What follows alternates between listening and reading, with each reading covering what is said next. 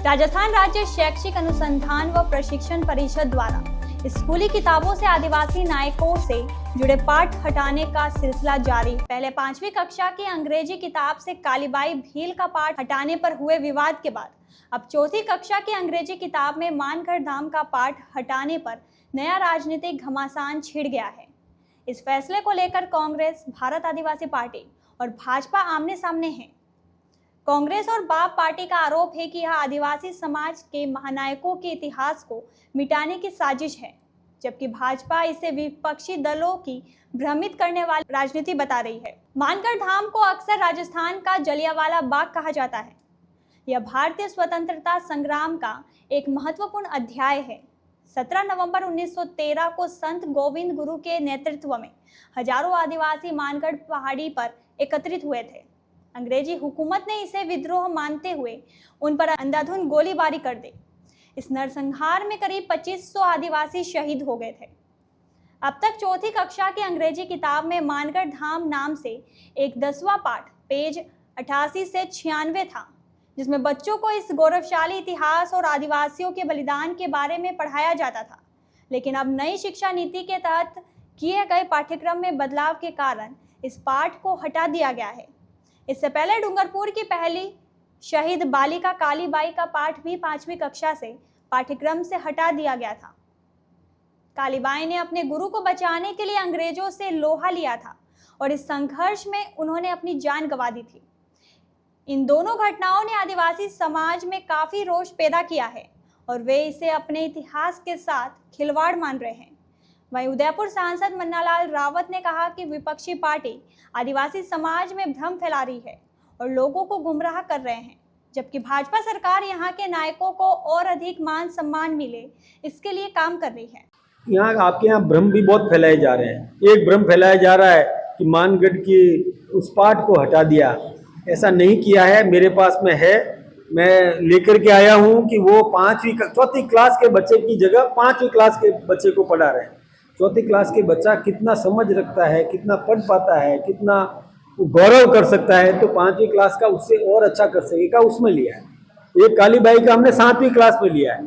तो पाठ्यक्रम तो उसी बच्चे को पढ़ाया जा रहा है और अच्छे तरीके से पढ़ाया जा रहा है। लेकिन कुछ लोग हैं भ्रम पैदा करने की कोशिश कर रहे हैं कि वो हटा दिया, जबकि हटाया नहीं है। मेरे पास में है, वो सब मैं लेकर के आया हूँ और ये देखिए, ये पाठ्यक्रम के अंदर सम्मिलित है।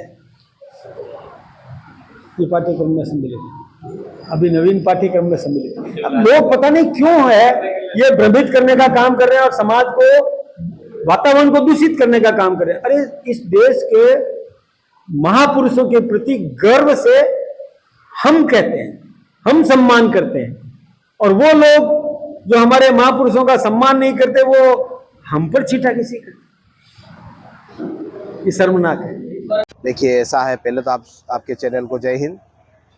जैसा कि आप सभी को पता है कि पहले राजस्थान सरकार ने भील कालीबाई, जो कि हमारी हमारा गौरवान्वित व्यक्ति है, हमारी एक गर्व वाली विषय है, उनका पहले तो उन्होंने पाठ हटाया।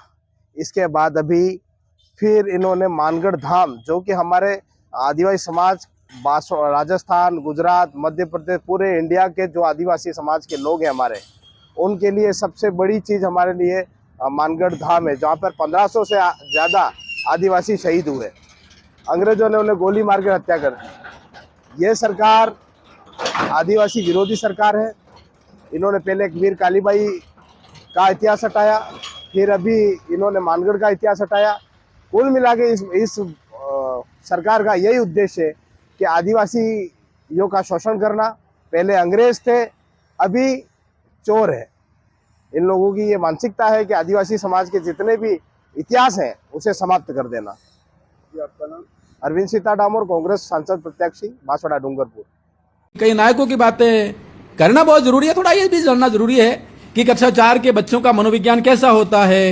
ये सारी बातें बहुत जरूरी है। इसमें एक तथ्य आपके सामने रख रहा हूं। कालीबाई को लेकर भ्रम फैलाया, और भ्रम फैलाने वालों में अधिकांश लोग वे हैं जो झारखंड के खूंटी जिले से विस्थापित होकर राजस्थान में आए हैं और अपना भ्रम फैला रहे हैं। उनके मित्र मंडली जो झूठ का पुलिंदा लेकर चलते हैं, उन्होंने फैलाया कालीबाई को लेकर। कालीबाई का अध्याय राजस्थान सरकार ने कक्षा 7 में सम्मिलित किया है।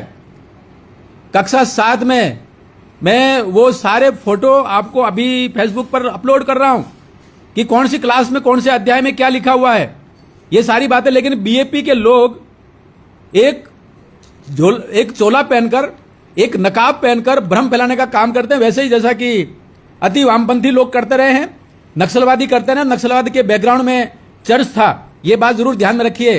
अच्छा, आज एक और खबर छपी है किसी एक अखबार में, शायद वो डूंगरपुर का दैनिक भास्कर का अंक है, उसमें छपी है। उसमें भी मानगढ़ धाम को लेकर बीएपी ने भ्रम फैलाए हैं। अब मैं रख दूं, कक्षा 4 से वो अध्याय कक्षा 5 में किया है। मानगढ़ धाम का आंदोलन के बारे में 2 पेज लिखे हुए, पूरे 2 पेज, और 2 पेज पर डिटेल लिखा हुआ है। वो पढ़ के भी मैं सुना सकता हूं, लेकिन वो जब शेयर करूंगा आप सभी सोचिए कितना भ्रम फैलाते हैं। कक्षा 4 से हट के 5 में गया, क्यों गया? मानगढ़ का आंदोलन भूरेटिया नहीं मानो रे ने भूरेटिया को समझने के लिए, वो आतंकवादी जो आए थे इंग्लैंड से औपनिवेशिक सत्ता लेकर और उनके साथ चर्च था, उनको ललकार थी मानगढ़ धाम का आंदोलन, ये उसमें लिखा हुआ है। और दूसरा, मानगढ़ के आंदोलन की कहानी को कक्षा 5 में रखा गया है, कक्षा 5 में रखा गया है, बड़े बच्चे पढ़े, क्योंकि भाषा कौशलता बहुत जरूरी होता है कि अलग अलग उम्र के बच्चे कैसे विषयों को पकड़ते हैं, उसको लेकर कहा जाता रहा। लेकिन मुझे लगता है ये जो इकोसिस्टम है ये इस बात को नहीं जानता, ये तो केवल अपनी छोटी कहानी सेलेक्टिव अप्रोच से कि कैसे चर्च पसंद करता है, इनके पीछे जो अवेंजिकल फोर्सेस खड़ी है वो कैसे बात करती है, वही बात इनके ध्यान में है। डिजिटल आतंक भ्रम फैलाने का एक माध्यम बना हुआ है। डिजिटल आतंक भ्रम फैलाने के साथ साथ में समाज को तोड़ने का एक तंत्र बना है। डिजिटल आतंक प्लेटफॉर्म पर कंटेंट क्रिएटर के रूप में पैसे देकर युवाओं को स्कूल और कॉलेज से बाहर निकालकर उनका जो भविष्य उसको खत्म करने का एक तंत्र बना। यह तंत्र रुकना चाहिए।